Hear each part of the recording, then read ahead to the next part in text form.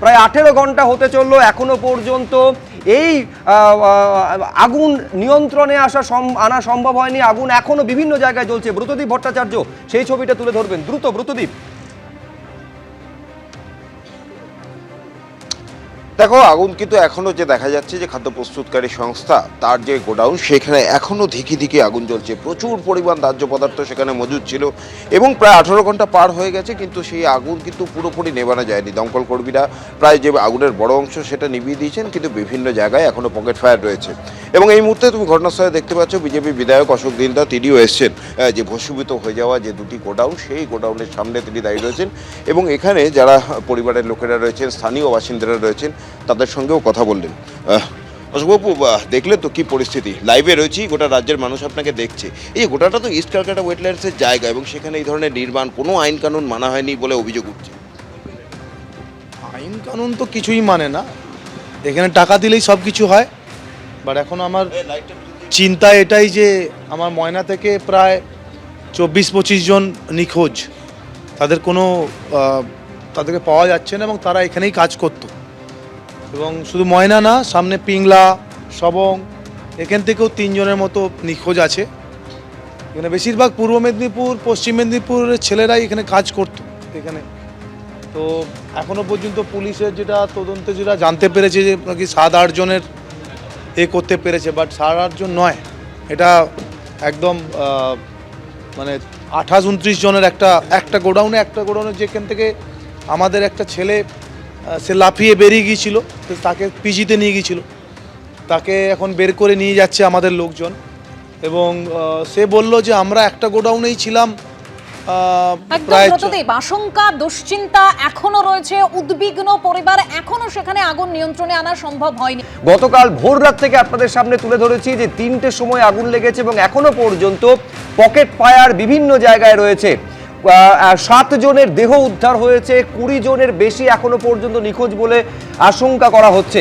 আমি সরাসরি ঘটনাস্থলে চলে যাব। 2 প্রতিনিধি আমাদের সঙ্গে রয়েছেন, সন্দীপ সরকার এবং ঝিলম করঞ্জাই। আমি শুরুতে ঝিলমের কাছে এই কারণে যাব, কারণ এখনো পর্যন্ত বহু মানুষ ঝিলম রয়েছেন।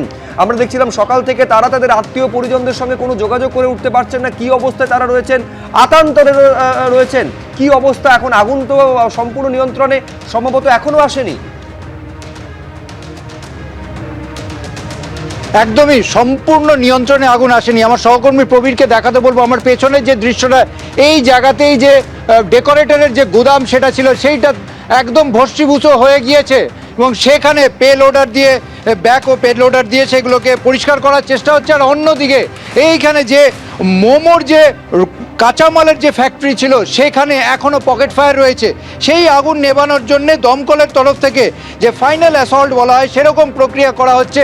তারা দফায় দফায় জল দিচ্ছেন, এখানে ওয়াটার জেট দিচ্ছেন এই আগুনগুলোকে নিয়ন্ত্রণ করার জন্য, একদম পুরোপুরি নিয়ন্ত্রণ যাতে করা যায়। তবে এই যেন একটা অসম লড়াই চলছে। দমকলের তরফ থেকে বারবার চেষ্টা করা হচ্ছে, কিন্তু দাহ্য পদার্থ এমন পরিমাণে রয়েছে, এই মোমো ফ্যাক্টরির যে র মেটেরিয়াল কাঁচামাল, তার মধ্যে দাহ্য পদার্থ প্রচুর রয়েছে, ফলে সেই আগুন পুরোপুরি নিয়ন্ত্রণ হচ্ছে না। এখন দেখতে পাচ্ছ যে আগুন আমার সহকর্মী প্রবীর দেখাচ্ছে, সেই পকেট ফায়ার মোমো ফ্যাক্টরির মধ্যে, সেখানে এই আগুন নেভানোর জন্যে দমকলের কর্মীরা আবার নতুন করে ওয়াটার জেট ইঞ্জিন করার চেষ্টা করছেন।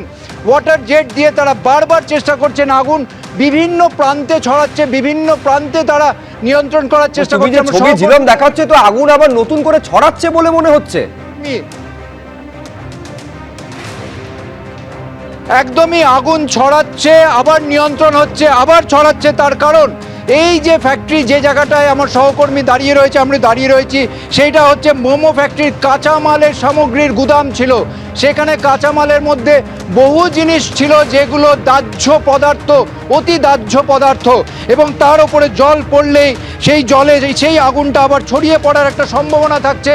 পুরোপুরি নির্বাপিত মনে করে তারা যখন সরে যাচ্ছে, তার মধ্যে ধিকে ধিকে আগুন থেকে ফের জ্বলে উঠছে।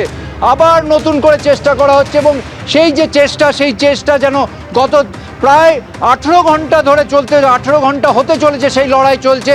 এবং একই সঙ্গে যে 7 জনের যে দেহ উদ্ধার হয়েছে, তাছাড়া 20 জনের মতো নিখোঁজ বলে পরিবার পরিজনরা তারা এখানে অভিযোগ দায়ের করেছেন এবং তারাও অধীর আগ্রহে অপেক্ষা করছে।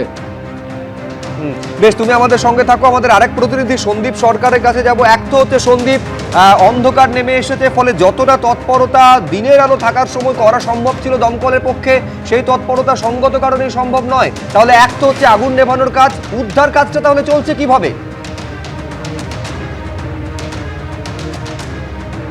দেখো, পুরো ধ্বংসস্তূপের চেহারা নিয়েছে গোটা জায়গাটা।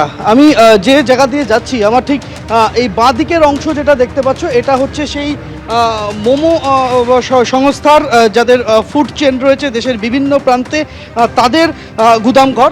আর ঠিক আমার ডান দিকের যে জায়গাটা রয়েছে, এই ডান দিকের জায়গাটা হচ্ছে দুটি ডেকোরেটার্স সংস্থার, তাদের কর্মচারীরা এখানে থাকেন। এখানে তাদের একদিকে ওয়ার্কশপ বলতে পারো, একদিকে তাদের গুদাম বলতে পারো, কর্মচারীরা এখানে থাকেন, এটা তাদের অফিস বলতে পারো। দুটি ডেকোরেটর সংস্থা যারা মূলত নানান অনুষ্ঠানের সেট তৈরি করেন, সিনেমা সিরিয়ালের সেট তৈরি করেন, এরকম উপকরণও রয়েছে। সব থেকে বেশি ক্ষতি হয়েছে এই দুটি ডেকোরেটর সংস্থার যে গুদাম রয়েছে, সেই গুদাম তুমি দেখে বুঝতে পারবে যে কি ভয়াবহ চেহারা এই মুহূর্তে রয়েছে এই গোটা জায়গাটা। এবং যতক্ষণ না এই কাঠামোগুলোকে সরানো যাবে ততক্ষণ পর্যন্ত কিন্তু এটা স্পষ্ট হচ্ছে না যে কে কোথায় চাপা পড়ে রয়েছেন, কে কোথায় আটকা পড়ে রয়েছেন। কেননা নিখোঁজের সংখ্যা যেটা পাওয়া যাচ্ছে তাদের পরিবারের সূত্রে, যারা মূলত পশ্চিম মেদিনীপুর, পূর্ব মেদিনীপুর এবং দক্ষিণ চব্বিশ পরগনার বিভিন্ন জায়গা থেকে, পূর্ব মেদিনীপুরের তমলুক, পশ্চিম মেদিনীপুরের পিংলা, দক্ষিণ চব্বিশ পরগনার বারুইপুর, মূলত এই তিনটে জায়গা থেকেই মানুষজন এসেছেন, যারা দাবি করছেন পরিবারের সদস্যদের খোঁজ পাচ্ছেন না, তাদের ফোন সুইচ অফ পাওয়া যাচ্ছে, তাদের সাথে কোনো যোগাযোগ নেই, কোনো খবর নেই। ফলে এই রকম এই ধ্বংসস্তূপের মাঝখানে কিন্তু আমরা দাঁড়িয়ে রয়েছি। তুমি দেখতে পাবে দীর্ঘ একটা সময় এই পেলোডার দিয়ে এই পথটা তৈরি করা হয়েছে, এবং পথটা তৈরি করে তারপরে এখানে ঢুকেছেন দমকল কর্মীরা। কিন্তু তল্লাশি অভিযান চালাতে গেলে কে কোথায় চাপা পড়ে রয়েছে সেটা জানতে গেলে যেভাবে আরও জায়গা পরিষ্কার করতে হবে, সে কাজ কিন্তু মাঝে মাঝেই থমকাচ্ছে রাতের অন্ধকারে। আমার সঙ্গে রয়েছেন তরুণ বিশ্বাস, আমার ক্যামেরা প্রতিনিধি, তাকে দেখাতে বলবো এই যে পেলোডারটি এতটা পথ এসে এই জায়গাটাকে ক্লিয়ার করেছে, তার দিক থেকে আমরা যদি আরও ভেতর দিকে যাই, সেখানেও কিন্তু এই যে ডেকোরেটর সংস্থা, সেই ডেকোরেটর সংস্থারই গুদামের অংশ। তুমি দেখতে পাবে যে ভয়াবহ চেহারায় এই মুহূর্তে সমস্ত কিছু চাপা পড়ে রয়েছে। সমস্ত যে কাঠামো এই ডেকোরেটরস সংস্থার, তা এখানে এইভাবেই পড়ে রয়েছে। যে এখনো পর্যন্ত পুলিশ সূত্রে যেটা আমরা জানতে পারছি যে মনে করা হচ্ছে যে 8টি দেহাংশ উদ্ধার হয়েছে। দেহাংশ বলতে হবে, তার কারণ হচ্ছে যে সেগুলি আর সেই মৃতদেহগুলিকে আর দেখে চিনবার উপায় নেই, ফলে সেটাকে তারা দেহাংশই বলছেন। এবং এখানে যে অংশ দিয়ে তারা প্রবেশ করে এই দেহাংশগুলি পেয়েছেন, তার বাইরেও একটা বৃহৎ জায়গা রয়েছে যে জায়গায় এখনো পর্যন্ত তারা পৌঁছাতে পারেননি, সেই জায়গায় পৌঁছানোর তারা চেষ্টা চালিয়ে যাচ্ছেন। আমরা দেখতে পাচ্ছি যে ডেকোরেটর সংস্থার যে অফিস রয়েছে তার ঠিক পাশেই এখানে 3 তলা একটি বাড়ি রয়েছে। এই বাড়িটা মূলত ওয়ার্কশপ হিসেবে এবং অফিস ঘর হিসেবে ব্যবহার করা হতো।